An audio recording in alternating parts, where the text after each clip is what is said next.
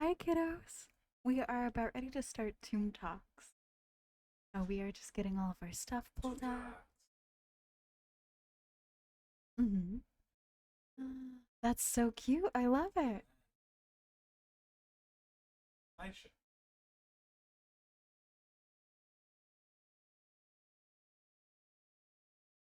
Okay, one second. I'm just gonna like power through some of these. Oh, that's totally okay. We're just gonna get to where we were last time. And I think that's about like right here is where we were at. We were right about at this slide. You like the Froggo? Love you too. That was my partner helping us get all set up. Okay, kiddos. So we are all ready to start then. And let's go back a couple slides. We're just going to do like a quick review of what we were already talking about. Welcome to anybody who's new to the little class. So, the last time we were kind of talking about understanding our own ideas about death. We went over perhaps how to do that, something that is really, really good for shadow work. And I said that this is something that you can not only apply to death and figuring out like how you feel about death, but you can also apply this to other areas of your life in shadow work, like how you feel about love, how you feel about life, how you feel about school, or, parents, or being a parent. And it's a really good, the questions that it lays out and the approach that it has toward getting to understand yourself really, really help, I think, with navigating the shadow. So, that was the thing that we talked about last time. We had one example here where a woman, Christine, talked essentially about, how she confronted her self-limiting beliefs. So essentially she had this belief that death is it really does, because I'm always a big fan of approaching shadow work or death work or anything, in that kind of realm. I'm a big fan of approaching it with the desire to understand ourselves rather than to fix ourselves. Because a lot of the times, if we approach shadow work in such a way that we need to get rid of a supposedly harmful part of ourselves, what we're doing is we're creating more harm. We are approaching a wound with another wound. And therefore, we're only like deepening that wound rather than healing it. So, having a brand new kind of approach to this where we want to understand the wound rather than to judge it or destroy it as it is really, really important. So, Christine essentially is able to kind of work through her moment where she's, angry at her husband as she's, dying, and she's pushing him away. And she realizes, when I think about Craig finding someone else after I'm gone, I get angry. I realize it's childish and selfish to wish he never loves anyone again. I feel like I did when I was 12. And I'm also afraid that I won't be remembered any better than an album of photographs stored in the attic. That is something that, she realizes for her. She saw in the women in her life growing up when they passed that, her father replaced her mother with another woman after she passed, and she felt all of these ways. And so she had to kind of confront that feeling in herself. And instead of pushing her partner away, she let him be close to her before she passed. And so that was really important for her to work through. So the takeaway is that beliefs can turn into judgments, which will make a doula ineffective if they are revealed during the interaction with a dying person or a family member. And sometimes people ask a doula what they would do in certain situations or what they believe about the nature of dying. Questions such as how they should deal with unfinished business, how long before the person will die, what they'll experience at the very end, or what happens after death.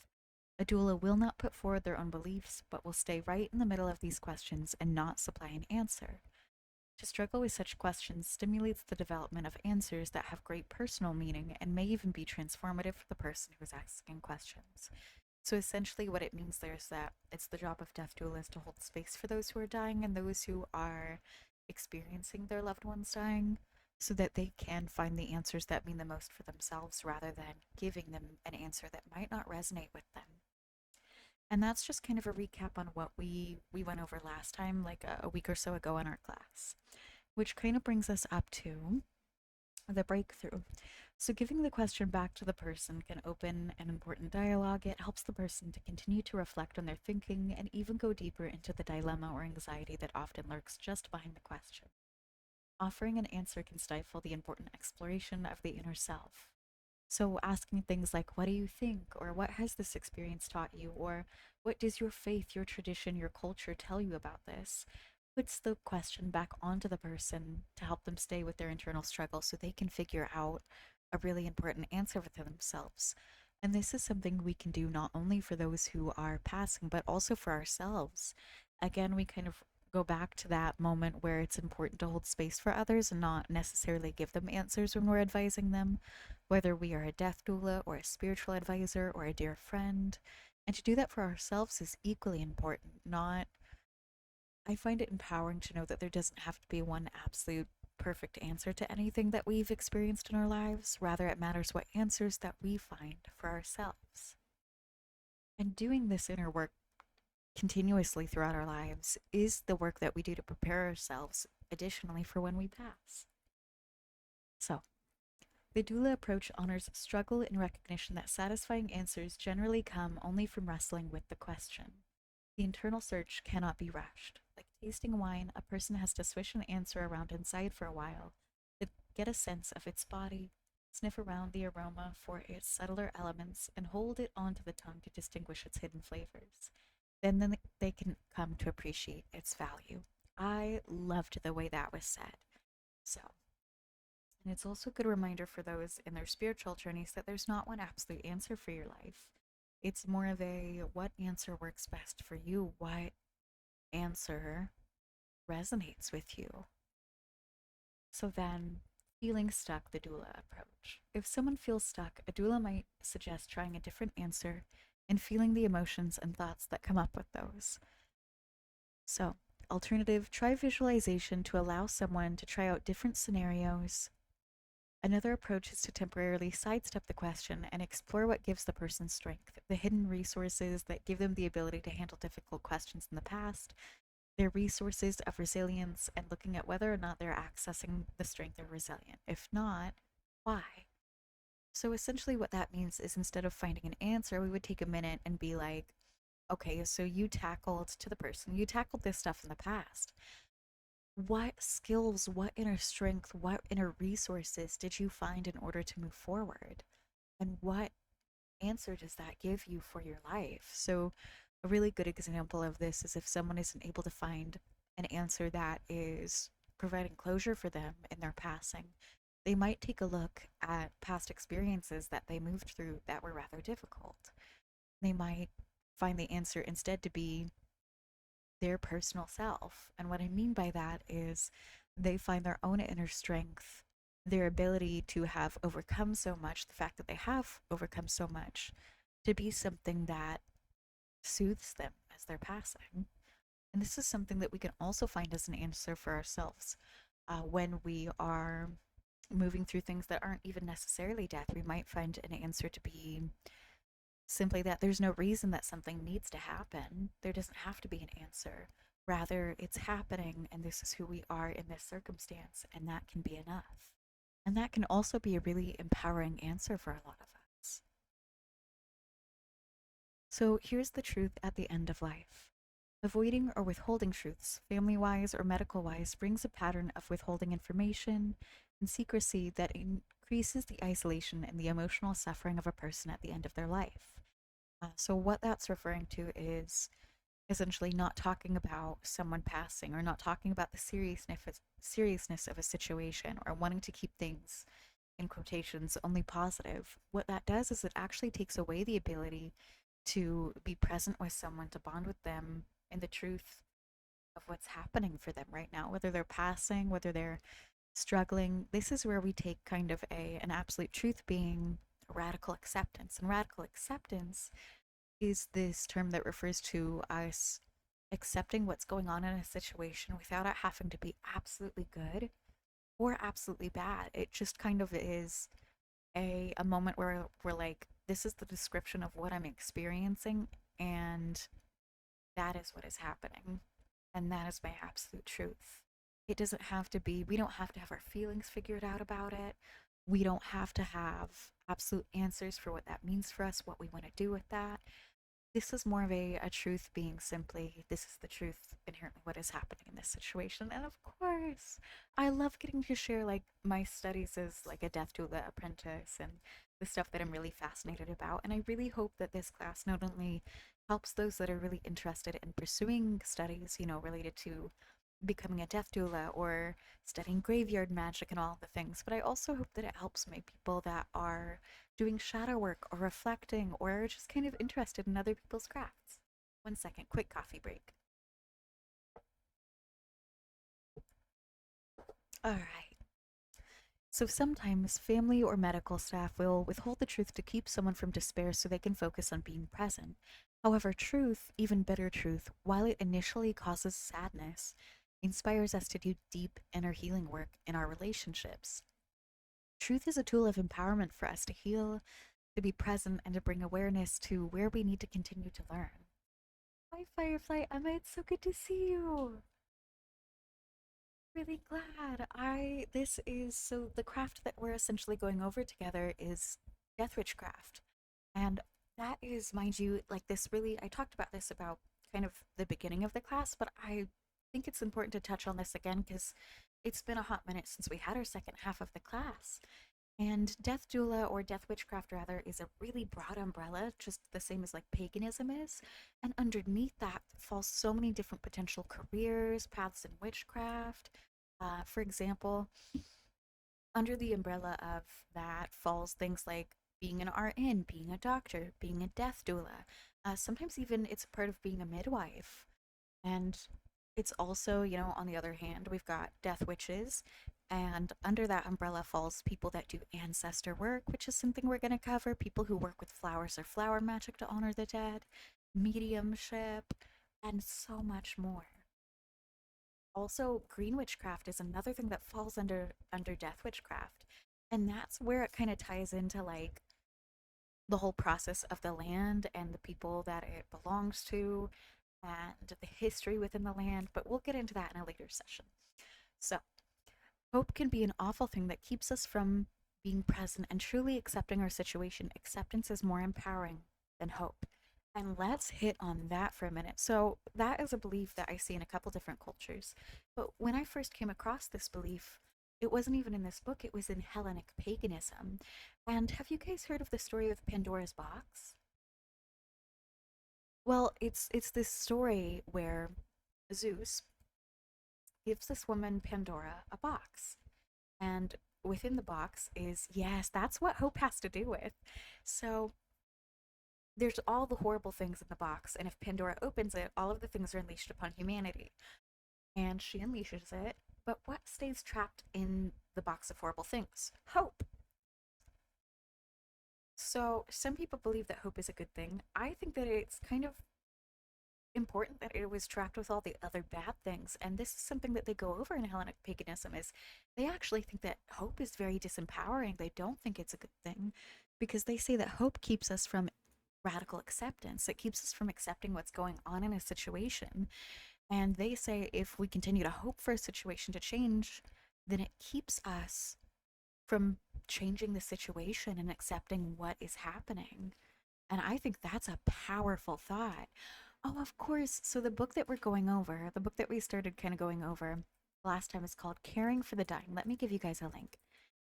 And Caring for the Dying is by Henry Frisco Weiss. So here is a little link to it. Let me see if I can find it on. I was hoping I could find it. Oh, Goodreads. This will give you a really good couple excerpts, some really good reviews on it. Here you go. This is the book we're going over today. So some people believe that hope can be good, but some people believe that hope is really disempowering. And so something that this book goes over is that hope that we could possibly avoid death keeps us from radical acceptance that death happens for all of us. We can't necessarily escape it. And if we continue to try to change it, then we disempower ourselves, essentially. We It's time that could better be utilized to find a way that is empowering or soothing for us to approach death. Like, for example, getting to spend time with our loved ones. If we are spending our whole time before death trying to avoid it or trying to avoid the truth, hoping that there's a different outcome, then we waste important time connecting with others. We waste important time getting to create a legacy project, something to leave behind for our loved ones.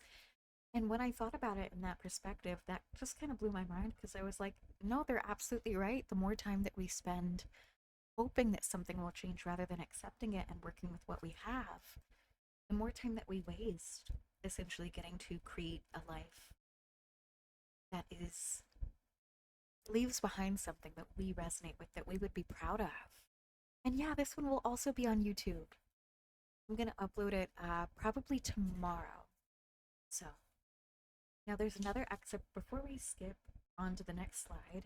And it is something, another mini book that comes with this is the concept of the cosmic egg. Don't stress about it. Welcome to the little class. It's good to have you, Willow. So I wanted to read this little bit to you because it is about the universe and the creation of the universe. And it's also from Hellenic paganism. So here is the advice that this card gives. Nothing needs to happen. Everything is exactly as it should be. You hold the universe inside of you. All life emerges from within. If you try to exert pressure for something to exist before it's ready, that new life within you won't have the time it needs to fully form. The cosmic egg is the essence of the divine. It's the ultimate symbol of the creative force that exists within each one of us. It is the dark, loving womb that holds and protects all creative expressions of life. If we allow what's within us to emerge in divine timing or in soul time, then what's within us will transform us. The egg is the trust that what is ours can never be taken from us. So there's no need to answer the ego's push to process things faster, to impress others, to deny something happening, or to complete something on someone else's timeline. The egg is the faith that our process is sacred. That even in the midst of what looks like chaos or delay or even death, there's a tendril of new life that needs only our own trust to take form. And the egg is the knowing that life begins again after death from within. And I think that that was just something really empowering I wanted to share with you guys. So, our next slide is going to go over a little bit more of that. So, the truth liberates people to do healing work, to take charge of the last days of their life, and to create lasting legacies. Avoidance of the truth creates only a facade of normalcy that stunts interactions and leaves family feeling empty and regretful. It essentially denies them the experience of getting to connect with people and leave behind what they wanted to. So, it's hard to die peacefully if a person hasn't dealt with in some way, their regrets, their guilt, their discord, their brokenness from the past. And that's why it's also continuously important in life to do our inner healing work, to not avoid doing the work, but to rather lean in. This is something that the second book we're going to be going over, it's also about death doulas, touches on, and it says the art to being a death doula is to live as though you are already dying and to make preparations for this. And what that means is to not leave any conversation that's necessary unsaid, to work through things actively with others in the moment, and to act in a way that you would want to be remembered by. So, truth has the power at the end of life. It can lead to healing, transformation, peace. Doulas encourage truth because it has a profound impact on the dying person and the rest of the family.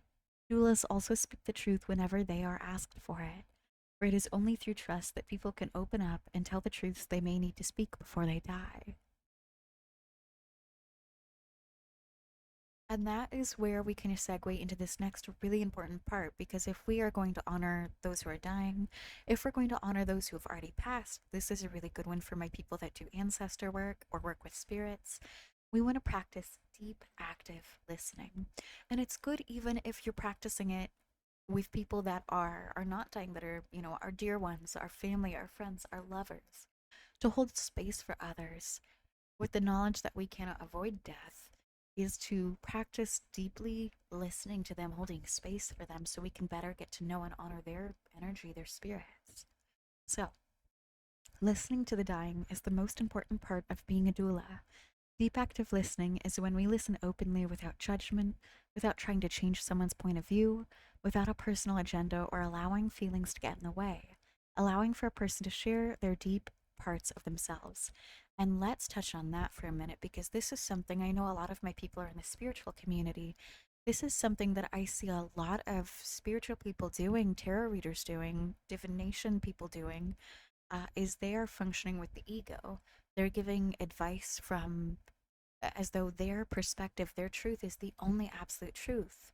And when they're sitting there helping people with shadow work or giving them a reading, they judge the person. They tell them that they have to absolutely do something, that there is an absolute answer for them because it's the reader's spiritual truth. But here's the thing, it's important for us to unpack our egos because there is not one absolute truth. And it is by far more spiritual, healthier, and kinder to listen to the person that we're doing a reading for, to ask them questions, to better understand them, and to teach them how to find the answer that resonates with them. That is a much more healthy, spiritual kind of approach to interacting with others, interacting with our communities, is this acknowledgement that there's not one absolute truth and that it's important to not push our truths, our absolute answers we find for ourselves, onto others. We can share what we personally believe, we can teach others about it, but we can never act as though it is the one absolute truth for all other people. So, the issue, we focus on how we're being received. We jump in to share our own thoughts, our own experiences before other people are even finished speaking. We imagine that we understand without checking that we have it right or clarifying what we've heard. If we manage to pay attention to the person, we only listen to the words and miss what they say with the body, the expressions on their face, the intonation of their voice. And so that's the thing, is we all too readily share, like we get excited and we're like, here is like an absolute truth I found for myself. You say you're struggling with this. But oftentimes I want us all to consider, I don't know if that person that we're talking to, that we're caring for as they're passing, or even, our friends, necessarily want an answer. And I have this practice where I no longer offer answers unless someone asks for it. I only practice asking questions and listening to them because oftentimes that person doesn't want an answer that doesn't resonate with them. They don't want our own answer unless they ask for it. They want to feel seen and they want to feel heard. And they want to feel listened to in the vulnerability of not knowing. And what a powerful place to be, to admit that we don't have all the answers, that we don't understand someone else's perspective. Because then that gives us this beautiful ability to listen to others, to get to understand them. And how powerful, how spiritual is that? I think it's gorgeous. So, deep active listening is a huge part about caring for the dying and also about our spiritual practices in general. And Death is a Mess says, I find this helps if a loved one passed before we knew or remembered. Exactly. Especially because with ancestor work, instead of assuming that we kind of understand our ancestors or who they were, practicing deep active listening, getting to understand, our ancestors' spirits that have passed by, pulling cards, asking questions, and being really open to those answers is so beautiful. It helps us to really form a relationship with the living and with the dead and with the dying. And that's beautiful. So next we have this beautiful practice of centering, and it's exactly what you think. It's grounding. So centering is something that people talk a lot about when they're passing. It's this ability to kind of shift out of this busy mindset with a practiced breathing and focus on the physical sensations of the body. This is something that the Midnight Gospel goes over in an episode. Oh, I will link this for you guys in the Discord afterward. But it's this episode where the speaker of the podcast, that's also a show, is essentially talking about, the process of his mom dying with his mom, and she teaches him how to be really present in our bodies because it helps us when our loved ones are dying, when we're dying. And it's this practice of really feeling our own bodies. So in that show, she says, focus first on your fingers. On one finger, can you feel that finger? Can you feel the way it's attached to your body, the way that you feel it compared to other things, like through touch? And then practice kind of taking that feeling of really being centered in the body and focusing on how that one finger feels and move it all the way up and across the body until you fully feel your body and are present in that moment.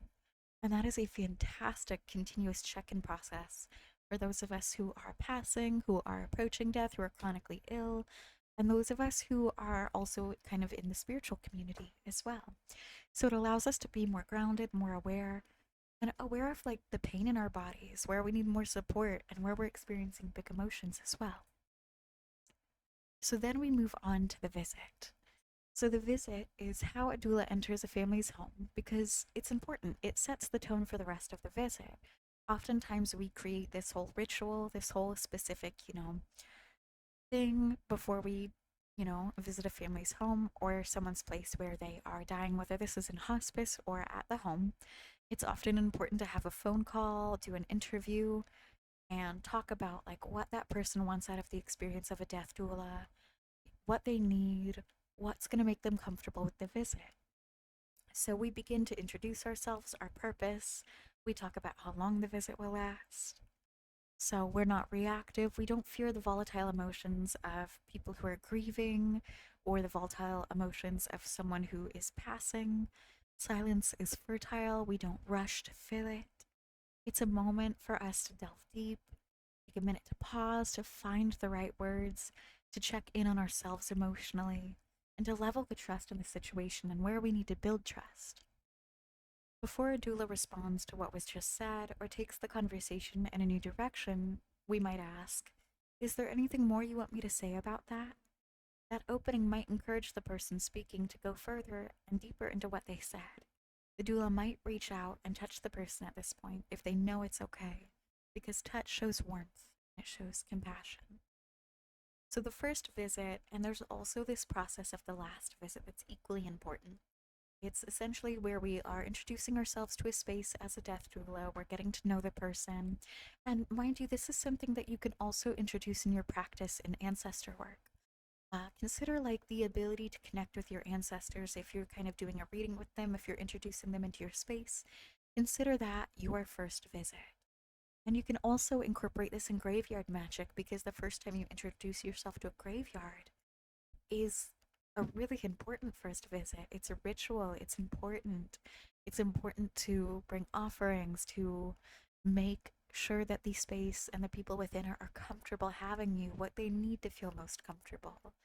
And what a beautiful thing to kind of focus on is creating, facilitating this space and this ritual to introduce ourselves to the space where we're trying to care for others or learn from them. And often both things occur.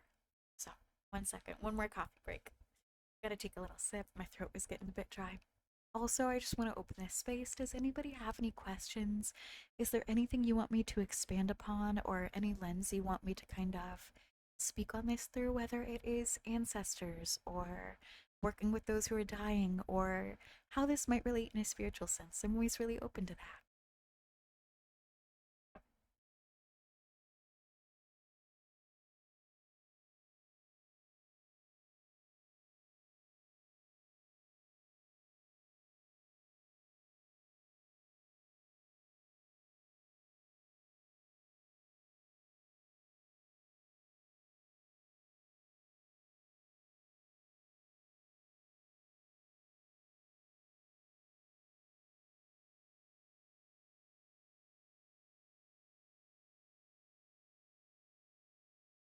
How would you recommend connecting with ancestors without crossing cultural boundaries or conversing with them? I thought that would make you guys giggle. It's always good to have a soft minute where we just kind of, I know this stuff can get heavy. It's important to take a minute, let ourselves relax, giggle. Because, covering this stuff is super heavy and it's okay to take a moment for self care. It's always fun when the Pokemon comes in the middle of Death Talk. I think so too. So I love that question. That's so good. Okay, so I feel that I have ancestors. Okay, so first let me clarify, what do you mean by crossing cultural boundaries? Because I might assume what you mean, but it might mean something really different for you. Let me know how I could help, because I love that question. You wanted to catch the other one, but you felt bad. No, go for it. I want you guys to feel so comfy in this space. Don't stress about it. You can do other stuff on your phone while you're hanging out with the little class. You can catch the little Pokemon. That's what this little guy is here for. He's here to like help you feel really, really comfy. Help you like interact with the stream and kind of take your mind off of at times if you need to the heavy stuff we're talking about. Okay, so that's what you mean. So that's pretty good. So that's why we might want to research and find a practice associated with death that is not closed. And you know what that means? It means not being afraid about learning about closed practices. That doesn't mean we practice them, but it means we learn about them so that we know how to best respect something and not to practice something that is closed to us.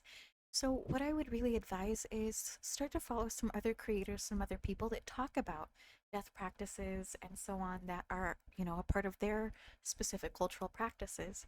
The more that we educate ourselves, the more that we listen to the voices of people who those practices come from, the more that we are empowered with knowledge and we understand the boundaries and we understand the practices that we shouldn't be practicing that aren't supposed to be accessed by us. So that's such a good question. And then another thing that I know some people get into, like someone a while back said, I have ancestors that are a part of a closed practice, but that's so far back, I don't feel like I have access to that. I always say if you feel like you shouldn't have access to it, listen to that. That's a really important gut feeling. If it doesn't feel like it should be accessible to you, then I say always trust that. And also, it might be worth going ahead and navigating or learning about practices that are accessible to you associated with death work and death witchcraft. For example, we might look at death witchcraft and these practices through the lens of like, ooh, Norse paganism. There are so many beautiful practices associated with this. You can learn about trees like the yew tree. The yew tree is really important. It's integral to Norse beliefs and practices surrounding deaths. Yew trees even used to be the markers of graves. And it's not just a part of Norse paganism, but other practices as well. You'll often see yew trees in graveyards today.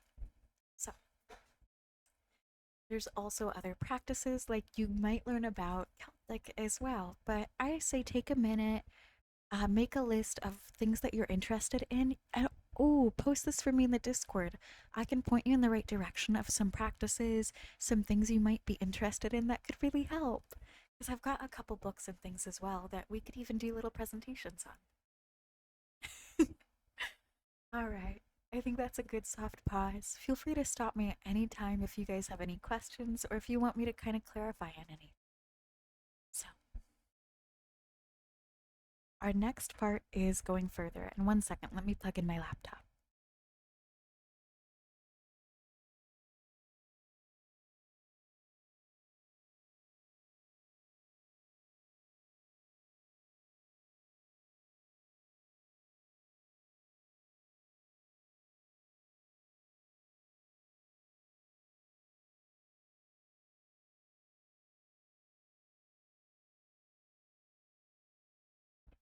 Okay, much better.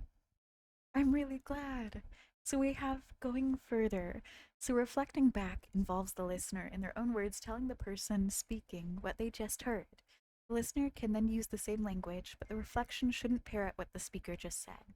So this is a really good example. So the listener checks on understanding, the speaker clarifies if necessary, and then the listener checks their understanding. So, like for example, Death the Mess just asked the question, so I paused and I said, instead of like assuming that I knew what they meant, like our last like kind of talked over, I was like, will you clarify for me what you mean by crossing cultural boundaries so I could better understand what they were asking? So then the listener checks on the understanding and the speaker clarifies if necessary.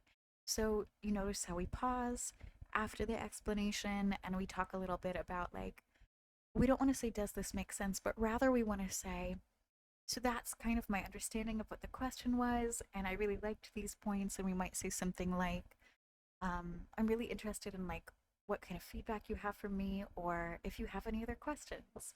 And so we just kind of want to touch base with them. And this is something that's important to kind of have in any conversation, not just surrounding, caring for the dying, but also surrounding how we talk to people just in general, our dear friends as well. And when we practice this technique, it leads to less misunderstandings and it allows us to have this deeper connection with others while we check in with each other. I find that oftentimes when I use these with my friends, when I check back in with them and I'm like, this was my understanding of this, is that right? It gives them this opportunity to clarify what they meant or to affirm that that was what they meant and to share their feelings. I often find that that is a moment where someone will pause and be like, yeah, that is what I meant, or no, this isn't what I meant, and I feel this way. I feel really sad, or I feel really happy that you understood me, or, I'm feeling really big feelings and I want to share those with you and I want to bring more depth to our conversation. So, in that moment, when we're caring for the dying and we're able to have a moment like that, that's really powerful and impactful because it gives someone who's passing this opportunity to not be afraid of vulnerability, to share their feelings, to feel understood. And to feel understood in any capacity when we are passing, when we are just in general living, is so important. So, a doula won't try to change the feelings of a dying person or a family member. If they did, the message might be that they can't handle intense emotions nor see issues or problems from someone else's perspective. So, to touch on that for a minute, when you have a friend that's not able to go through this process of reflecting back to you this technique, that doesn't mean that they're bad necessarily. It just means that they might not be able to handle or understand how to handle intense emotions. They might not have practiced working through things with other people before or having really in depth conversations. So, it would be important, by the way, to take a minute and to talk about this process with the person and be really direct to tell them this is the process of reflecting back, this is what I need, this is what would make me feel really, really supported. I see that especially as an autistic person that had no clue how to do this until someone told me directly. So, this story about the teenage girl and the counselor demonstrates how a doula walks alongside the people that they serve. In a metaphorical way, doulas take off their shoes. That is, they remove the boundaries that people erect to protect their own hearts, and they stay open to everything that the person needs to talk about without trying to change their feelings or fix the problem. So let me pause on that because I couldn't copy the whole story into the presentation. So the story that they're talking about is the removing of shoes, and it talks a little bit about this practice where people remove their shoes outside of a home. We see this in a couple different cultures, and it's partly expresses vulnerability, but it's also out of respect. And so when we take off such an important article of clothing such as our shoes, we become vulnerable in this space, naturally more comfortable. It's kind of like taking. I think another one would be like taking off your coat in a space before having a conversation. So something that I like to say to remind myself before I have conversations with others is I take a minute and I ask myself, have I taken off my coat before this conversation? Which means it's time for me to get more comfortable, more vulnerable with someone, and to be less formal in that moment. Essentially, a lot of us have erected these boundaries to protect our hearts. We pull back, we get defensive, it's hard for us to understand others when we feel misunderstood. And I want to take a minute to kind of touch on that as well. Here's a little exercise that I love to talk about with people. And it's where we visualize when we're interacting with someone else. Two, like, little kids, essentially representing our inner children, having a conversation. A lot of the times, what I see coming up in myself before with my friends or between two people is this experience where two inner children are wanting to be heard, but they haven't learned that they will be heard. And so we try to be heard over one another. This creates this sense of not being able to be vulnerable with each other and trying to talk over one another, or not being able to hold space or to hear other people's perspectives or their feelings, because we learn in harmful experiences growing up that someone else talking about their experiences or feelings means that ours won't be heard. And so it takes having these healthy relationships with our friends and with kind people that listen to learn that someone else can share their experiences and we can share ours too, and everyone will be heard, everyone will be loved. And so it's important to have this check in with yourself where you're like, is my emotional coat on? Is my inner child showing up in this way really defensively? Am I holding space for their inner child that also wants to be seen, also wants to be heard?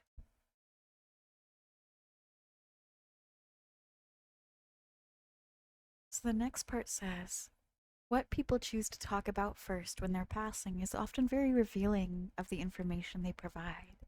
It confirms our self effacing nature and how we confirm ourselves to an outsider. So, a great exercise to kind of understand is to understand this concept is like where we take a minute and I want you to think about what experiences immediately come to mind when you are telling other people about yourself, or when you are trying to, or when you think of yourself in general. Let me make a little example in the chat. So here are experiences that I tell people a lot about, like things that come up that I think would come up if I was passing. So I'll write down a little example of this. Cass's experiences. So what I would tell people about is leaving home and moving across the country, visiting New York,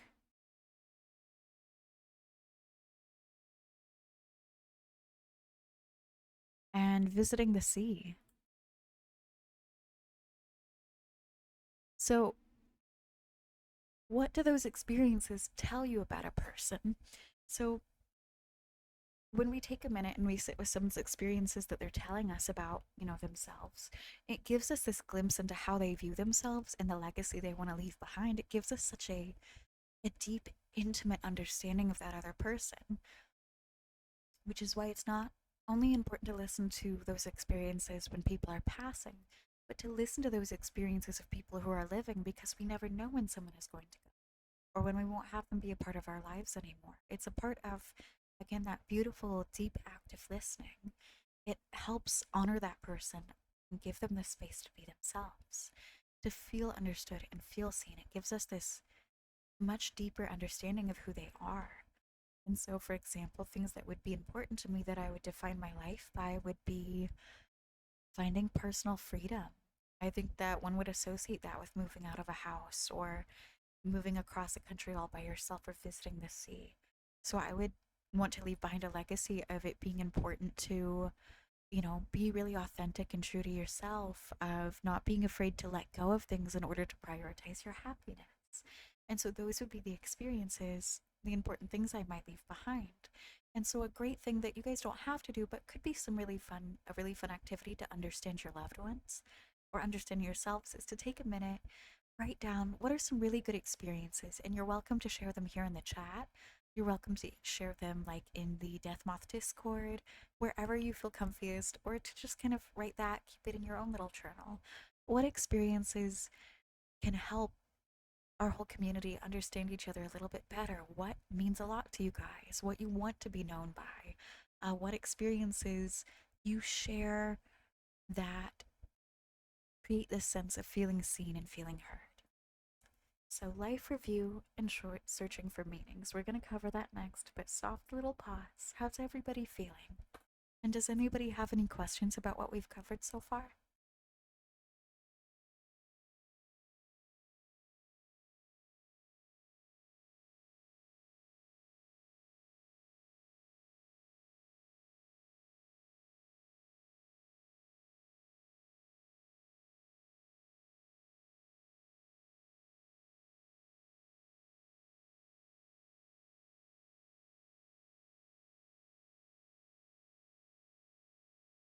Oh, I love that question, Emma. Is it okay if it's a negative experience that turned into an amazing lesson? 110%. That's what mine were a little bit. So I feel that. I think that's a beautiful thing to share. Dessa's experiences, seeing Ghost live, going to a lot of new places, and learning about being a mortician. Wait, that's beautiful. Love that. Do you feel comfortable with me asking about those experiences and taking a minute to go over that? If not, that's totally okay. But feel free to just sit, in this space right now, and we're just gonna take like a minute of silence to kind of out, share about experiences. I see some people privately messaged me in the Discord, so I want to take an intentional moment to read over those with you guys while we're doing this. Give me 1 second, I'm gonna pull that up.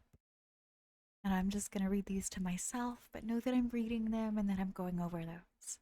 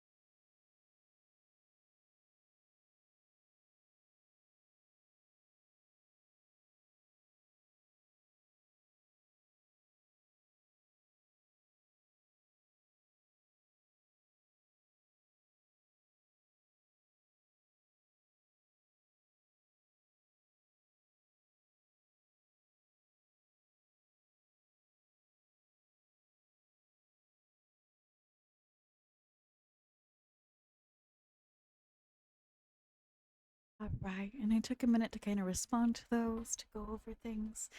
And always feel free to message me back. I have my Discord pulled up, so if anyone wants to talk privately and have that sense of privacy while we're talking about things, that's absolutely okay. And I'll make sure that it's private while I'm just kind of, responding back to you guys.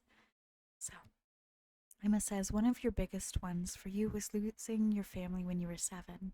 It taught you to always show people how important that they were to you, so now you always make sure that the people you care about feel loved. Oh, honey, you are such a sweet person. And I'm always here. If you want to share about that more, if you want to talk about that more, I would love to listen. I would love to hold that space for you and get to know you. And Kat says, for you, it was when you moved across the world and you left home. When your childhood dog died and you weren't there was a big one too. Oh, I'm so proud of you guys for sharing these experiences that were so important and formative for you.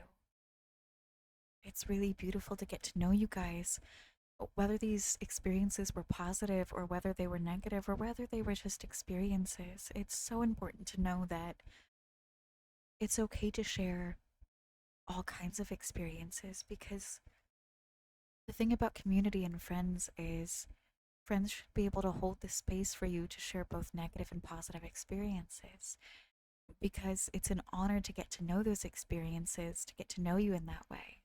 It's intimacy, it's love. So getting to know that about you guys and getting to hold that space is a beautiful thing, and thank you for sharing. I love getting to know you guys better.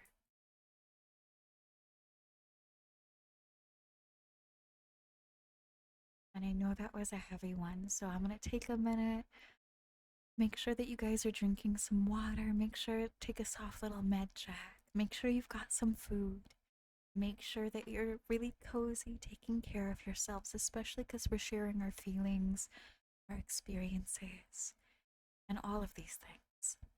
There are a lot more for you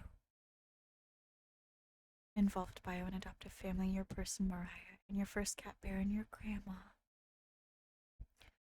So what I'm noticing, and let me know if this resonates, is that your experiences in a beautiful way are defined by the people that you've known. And so what that says to me is that you are someone that cares so deeply about the people around you. And that makes me feel so connected to you in that way because it makes me feel that you care so deeply and intentionally about those you connect with and how you connect to them. I think that's absolutely beautiful, Emma. How do you feel about that?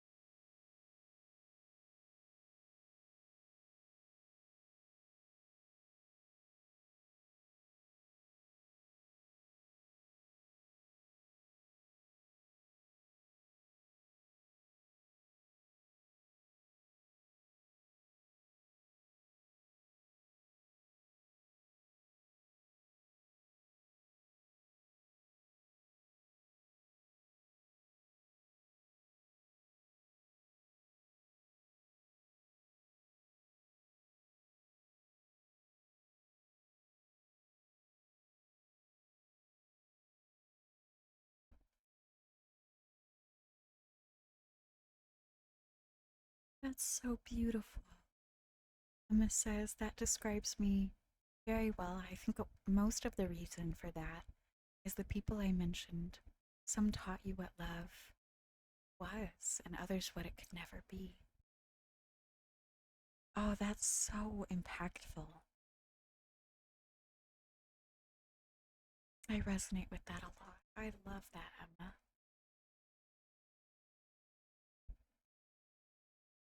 All right, sweet loves. Thank you for taking a soft, intentional minute with me so I could get to know you guys better so we could share. Hope you guys took a soft little water break, that you're caring for yourselves. So, this is kind of our soft segue into life review and searching for meaning.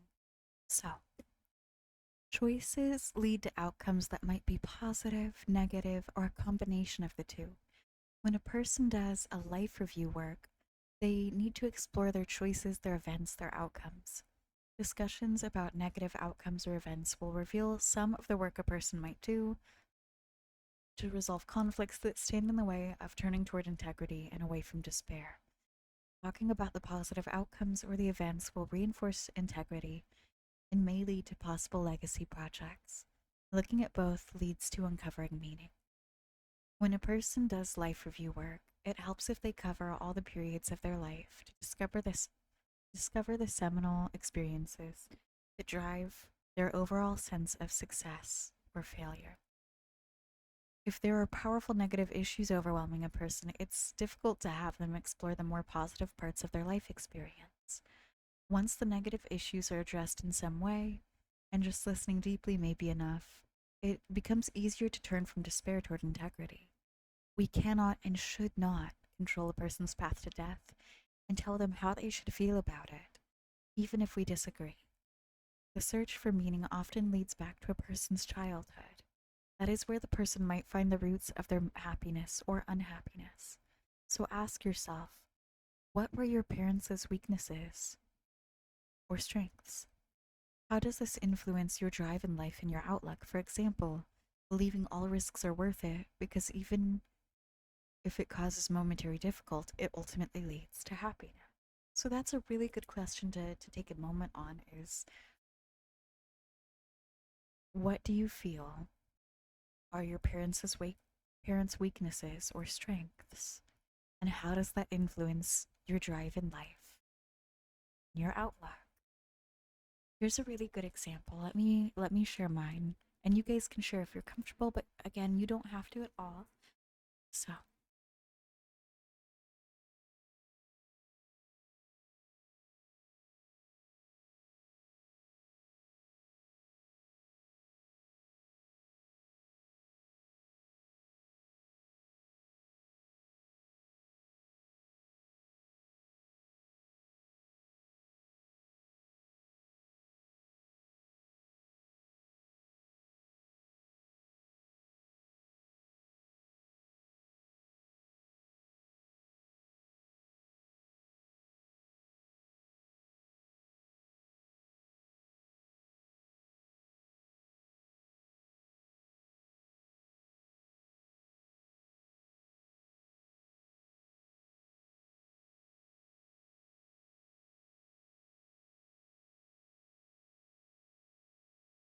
there we go. There's my soft vulnerability with that. And you can even use that as an example to kind of write about your own feelings, at home. So let me know if you guys have any questions about that, and we'll click on to the next slide, okay? And so this is going to be a soft moment where I pause and I'm like, here's the big thing. This is the part of the presentation that goes into planning for the final days, where doulas encourage thinking about all the choices where a person dies, what the room will look like, the feeling of the space around the bed, the kinds of interactions people want with each other and professional staff. So that refers to like what their preferences are for access or supporting treatment from medical staff.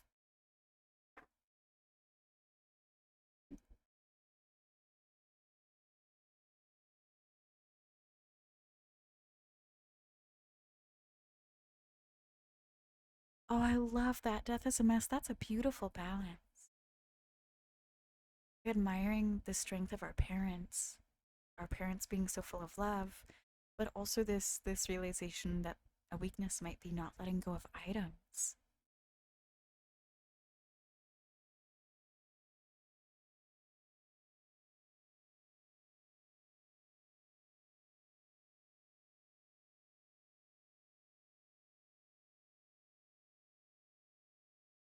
Our parents' strength is that they try to support you in ways that they think is best, but I think their weaknesses are that they don't really know how to love and communicate. For me, this led to my prioritizing success through tangible things like grades and money. Oh, Kat, that's so beautifully written and so self aware. It's such a powerful moment where we're able to write down like what we admire about our parents and also what we think are their weaknesses, because I think then we have like such a concrete or really solid answer for how that shows up in us, how it shows up in our lives and what we prioritize. See, I think that's beautiful. Death is a mess. Because their strength also shows up in you, and that's beautiful. Here.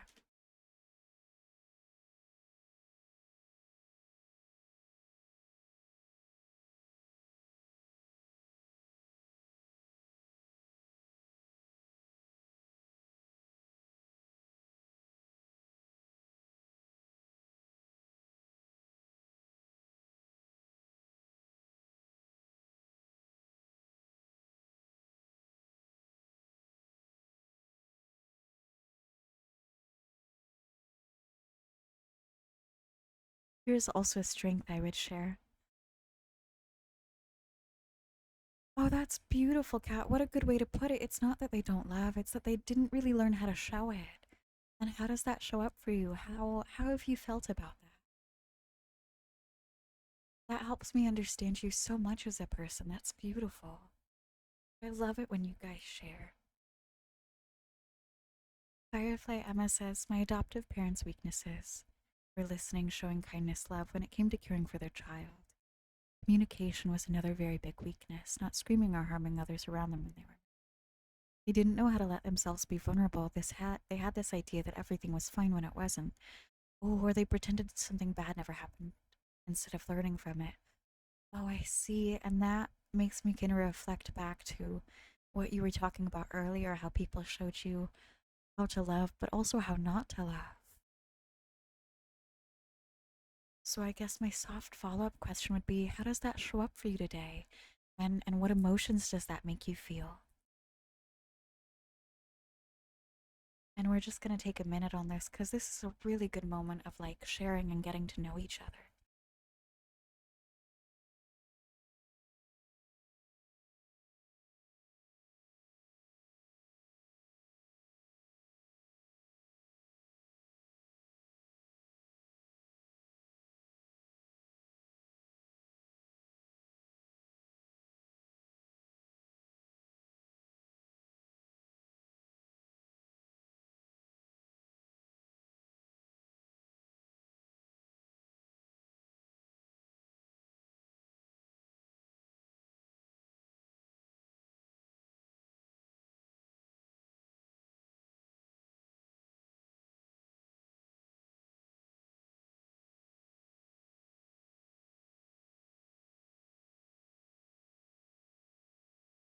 So we're just going to take a soft minute. You guys take your time.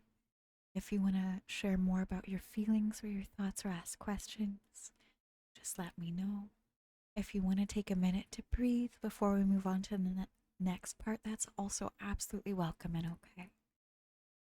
So I'm going to take a sip of water. I'm going to sit here for a moment and just kind of breathe for a moment as I'm just kind of holding space for you guys.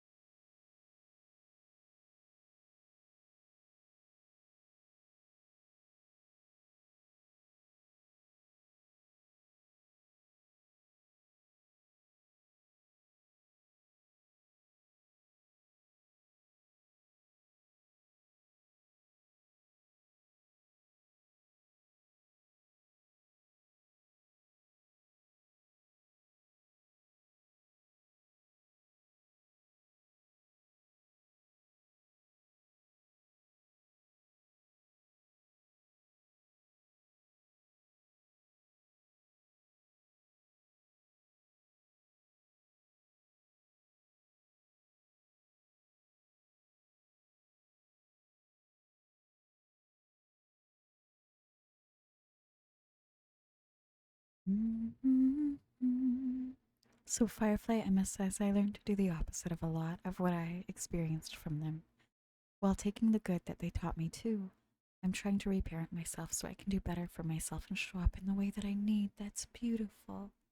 And Kat says, it's also mainly because I didn't want other people to feel like they weren't wanted or loved. So I didn't really care much about how I felt in the moment and showed up for other people instead of myself. Oh, thank you guys for sharing. That really helps me understand so much more.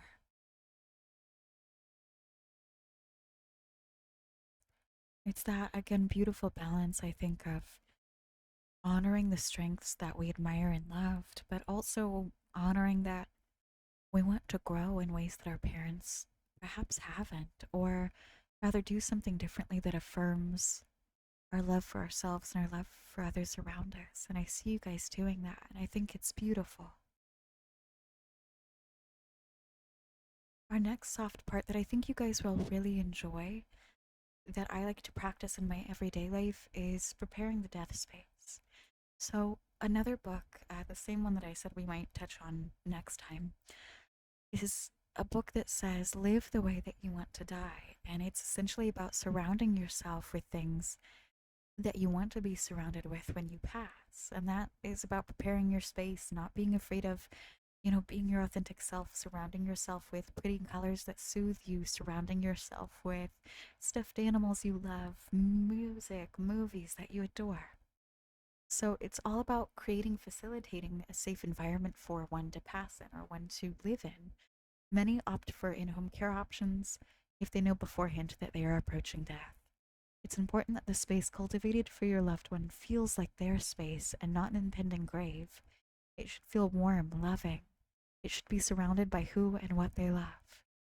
This can mean making sure that the area isn't overrun with constant reminders of their illness, like being surrounded by medical equipment in their direct visual. If a person is in the hospital, it can help to bring items from home that they love to surround themselves with. Pay attention to where in the room their bed is and what is directly around them. The position of the bed can satisfy personal needs and feelings, facing a window to see the sky, a painting, photos of family, or cultural or religious imperatives. For example, something that I would touch on in that, um, in Judaism, members believe that the foot of the bed should always be facing the door. Muslims believe that one should be facing Mecca. And in my grandmother's belief, she believes that a bed, or when we have a surgery or when you're in a medical place, that the bed or the room has to be facing a certain direction, otherwise it's bad luck. So one may face the bed in a direction of personal significance, such as the place of their birth, your favorite part of the world. It can be moved to the center of the room so their loved ones can gather around them, which is beautiful as well.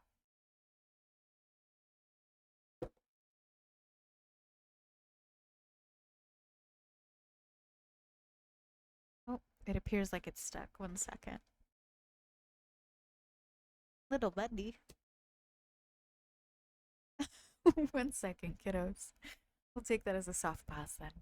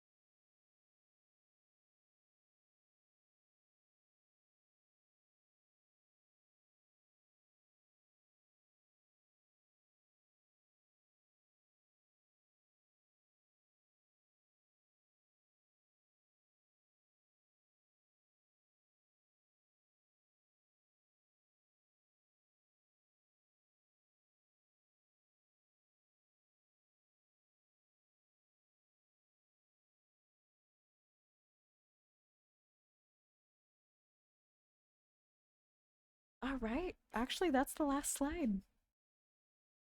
Okay, then let's put on.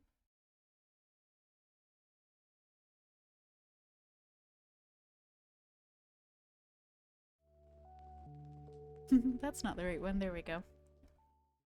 There we go. So this is kind of the last slide that we went over. And that's right. I remember I divided it into two presentations because the other part, I just pulled up our other presentation, gets really heavy.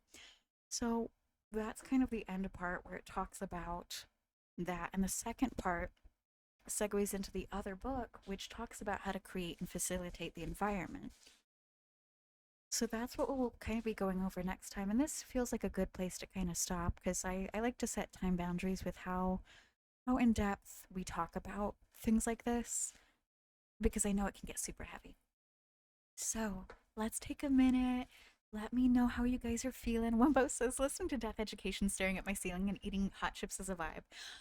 I, I feel that. See, that's self care. When we're listening to Death Education, I always advise surround yourself with something comfy. Have a good snack. I grabbed a pumpkin latte and I've got a little stuffed animal that I hug. Like, whatever soothes you guys and makes you feel really, really comfy.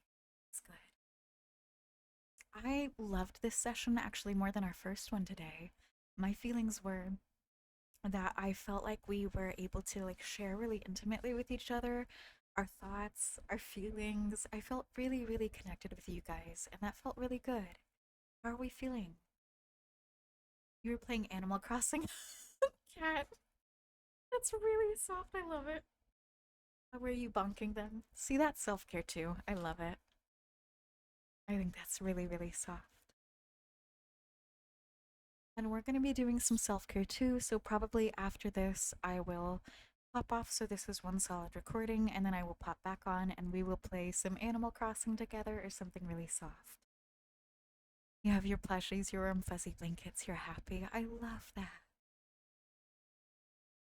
You're playing the home designer of Animal Crossing. That's my favorite, and we can absolutely play some of that too together. I love it. So happy you guys suggested it.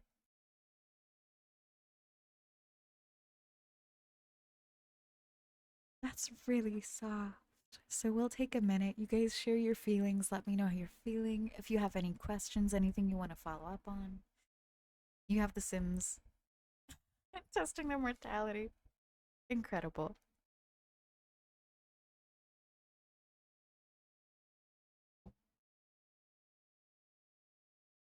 I love that. That is an absolute vibe.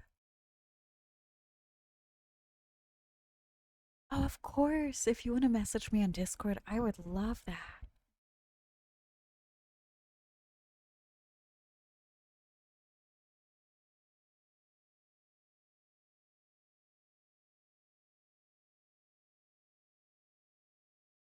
You're sprinting away from your feelings until you're done with your essay. That's absolutely okay. Whatever you need to do to feel comfortable, I think we should always encourage each other to like approach things in our own time. I think that's beautiful, Kat. You're doing your best.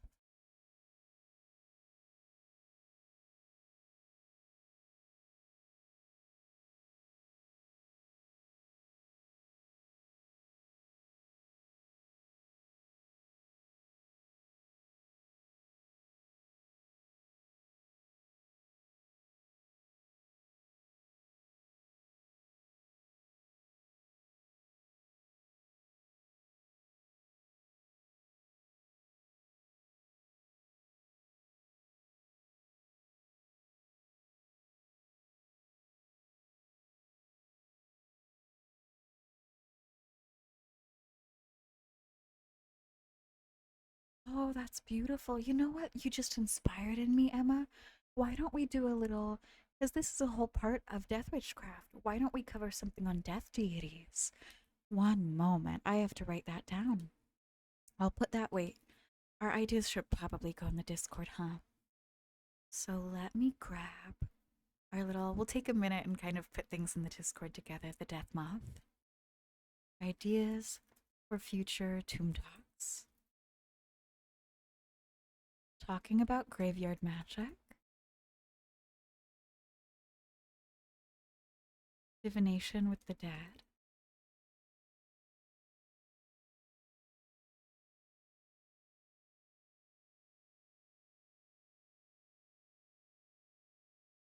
and deities, folk figures of death. There we go. Oh, absolutely. I was just thinking on that. Like, death deities would be such a good tomb talk because there's so many of them. And, like, if we touched on the Morrigan, that's a beautiful one because the Morrigan isn't necessarily a goddess of death. She's a goddess that is the guardian of death. She actually presides over the transformation of the body as it approaches death. And that's the cool thing I'm already sharing because I'm excited. You know how the Morrigan is a shapeshifter? She changes form. Well, she rules over that in humans too, but it's their body shapeshifting, transforming in approach to death. And the way that she kind of like approaches that as a teacher has made me so comfortable. It's really healed a lot for me in my fears associated with death. So I think that like touching on, for example, the Morrigan, Hades, Pluto, many other death deities, maybe even Kleena, would be really, really good.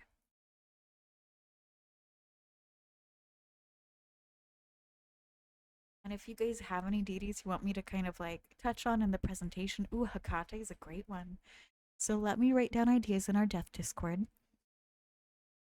Ideas from deities. Let's write the Morrigan, Hecate, Hades. We can write Aran, Kleena, the goddess Hel. And if you guys have any other ideas, let me know.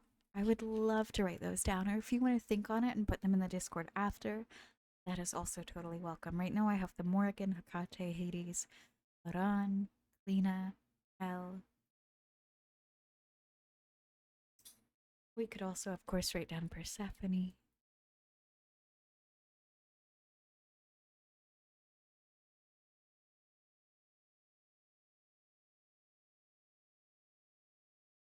Ooh, Anubis. That's a good one too.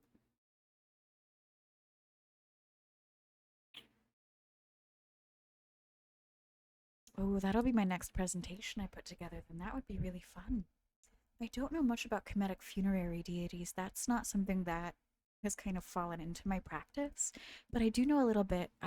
Probably know a lot about more about Hellenic deities and Norse deities and a little bit about Celtic. Like Manannan is a god of the otherworld, so let's cover him too. Manannan, Maclear. There we go. Freya.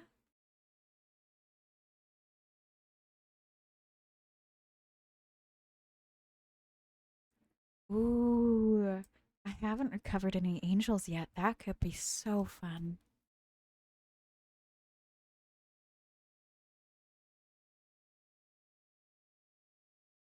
There we go. I'm just putting these in the Discord.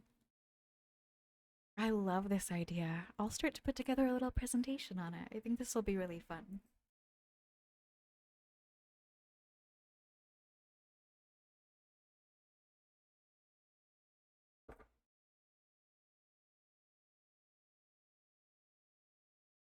Oh, yes, Persephone too. That's a good one.